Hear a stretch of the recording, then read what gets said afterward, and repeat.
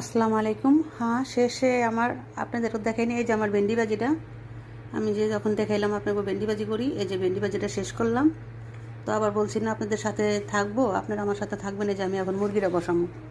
এই দেখেন মুরগিতে রান্না করতেছি, দেখেন মুরগিতে তেল দিব। দেখেন অবশ্য অন্ধকার আসে, ভিডিওটা তেমন আলো আসে না। এই দেখেন আমি তেল দিতেছি, ব্যাস। এই যে মুরগি রান্না করবো, এইটুক তেলই দিব, আর না এইটুকু বলে বেশি হয়ে যায়, ঠিক আছে। তো এর ভিতরে প্রথম আমি এই পেঁয়াজগুলো ছেড়ে দিব। পেঁয়াজগুলো এখন ছেড়ে দিতেছি। পেঁয়াজগুলো যখন একটু বেরেস্ট হয়ে আসবে, অবশ্য এটার ভিতরে ওনারা কড়ি পাতা খায়, তো আমি এখন যখন একটা খেতেছি, এখন আমি পেঁয়াজগুলো বেরেস্টার মতো একটু হালকা রেড কালার, বেশি রেড কালার হবে না।